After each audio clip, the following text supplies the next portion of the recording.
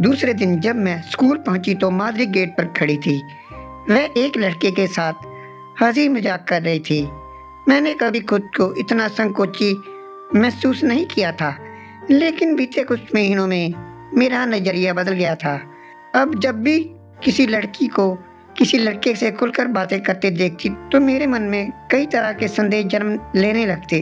हालांकि पहले ऐसा नहीं था। तभी मेरी नज़र उस लड़के पर पड़ी। वह और कोई नहीं, किशोर था, हमारी ही क्लास का लड़का। मैंने उसे बातें करते करते माधुरी का हाथ पकड़ते देखा। अचानक ही मन में अजीब सी बेचैनी हुई। जब मैं उनके पास पहुंची तो चेहरे पर मुस्कान लाकर चहकते हुए बोली, हाय माधुरी, कैसी हो?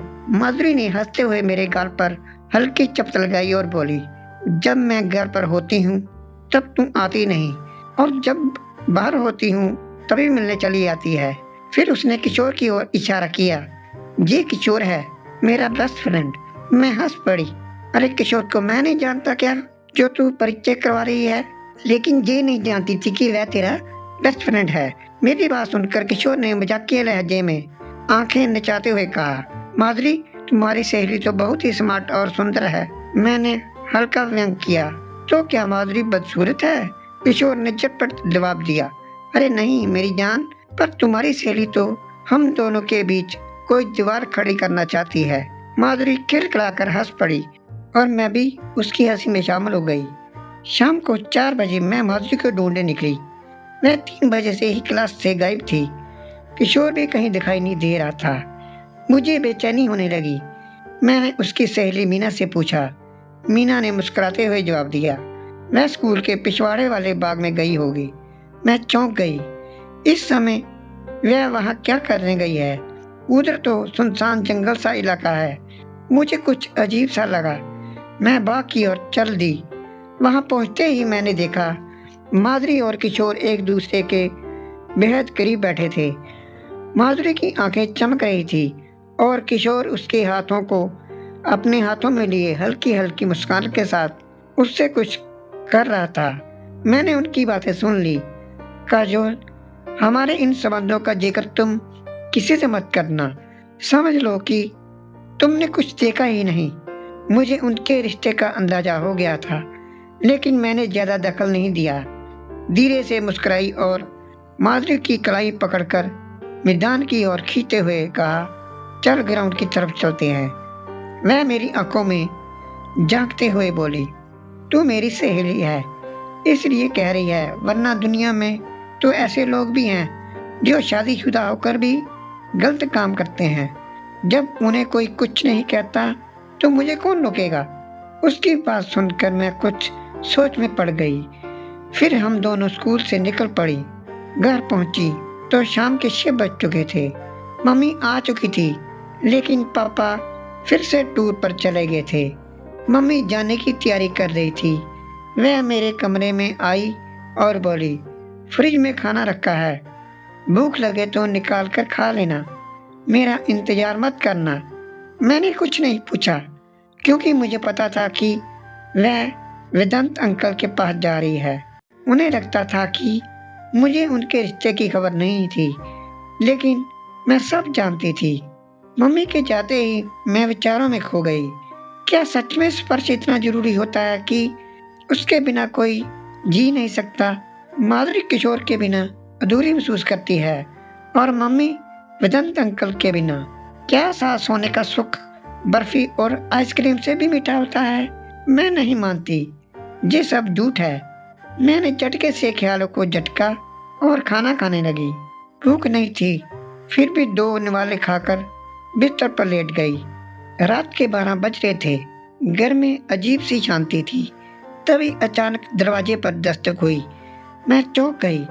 धीमी आवाज आई, मैं एक हिंदू हूँ, बाहर मुस्लिमों की भीड़ है, मेरी जान को खतरा है, कृपया दरवाजा खोल दें, नहीं तो वो मुझे मार डालेंगे। मैं असमंजस में थी। पुलिस से मदद मांगो, मैंने दबी आवाज में कहा। पुलिस गोली चला रही है, मुझे बचा लीजिए। मुझे उस पर दया आ गई। डरते डरते दरवाजा खोला। वह एक 21-22 साल का युवक अंदर आया। उसका चेहरा घबराया हुआ था। वह कांपते हुए बोला, 1 गिलास पानी मिलेगा? मैंने उसे पानी दिया। वह 3 गिलास पानी पी गया।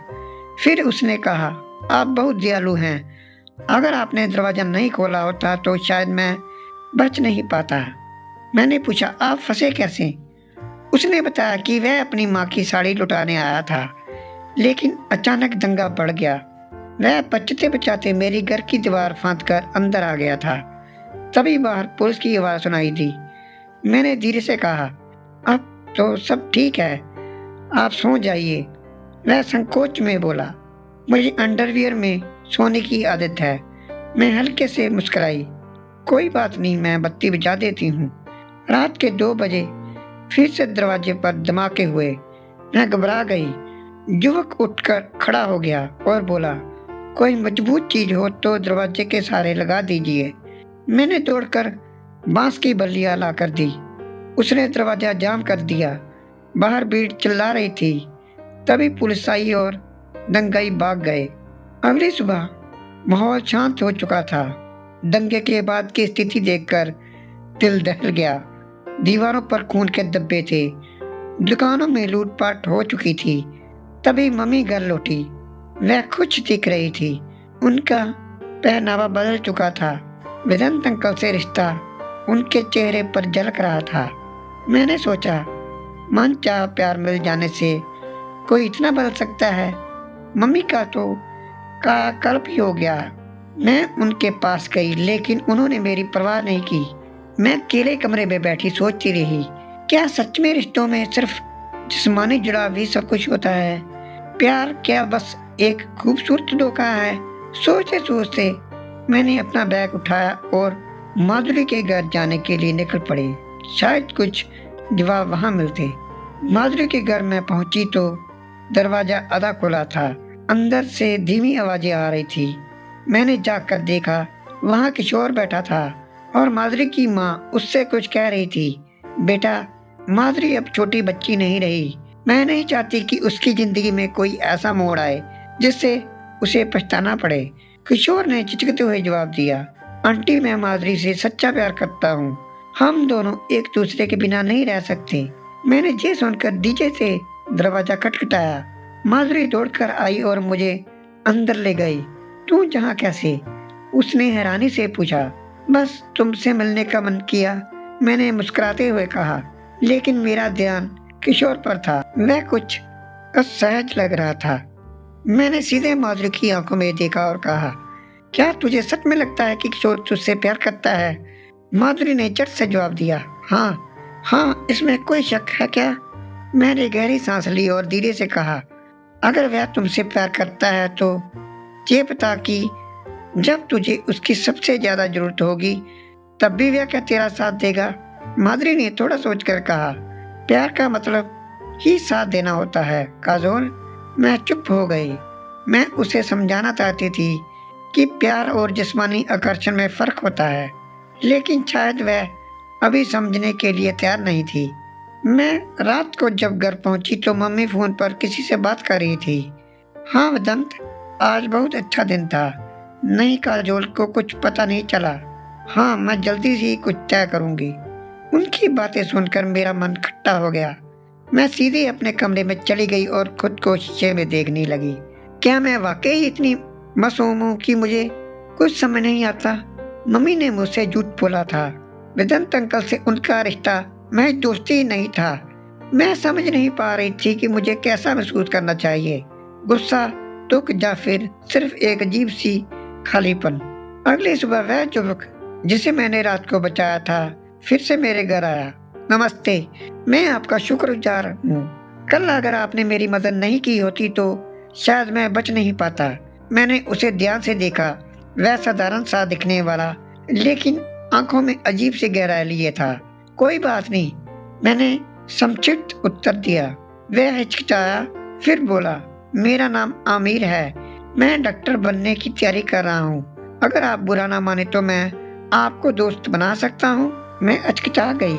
आमिर मुस्लिम? मैं एक पल के लिए सोच में पड़ गई, फिर मन ही मन हंसी। प्यार में धर्म कहाँ आता है? मैंने हाथ बढ़ाया। मैं काजोल, दोस्ती कबूल है। अमीर ने हल्की मुस्कान के साथ मेरा हाथ थाम लिया। एक नया रिश्ता या फिर एक नई परछाई? क्या ये सिर्फ एक दोस्ती थी या फिर एक नया मोड़ मेरी जिंदगी में दस्तक दे रहा था? क्या मेरी माँ का प्यार सच्चा था या सिर्फ एक समझौता? और माधुरी, क्या वह सच में खुश थी या फिर वह भी किसी भ्रम में जी रही थी? कई सवाल थे लेकिन जवाब देने वाला कोई नहीं था। दोस्तों, अगर आपको हमारी कहानी अच्छी लगी तो वीडियो को लाइक, चैनल को सब्सक्राइब करें। धन्यवाद।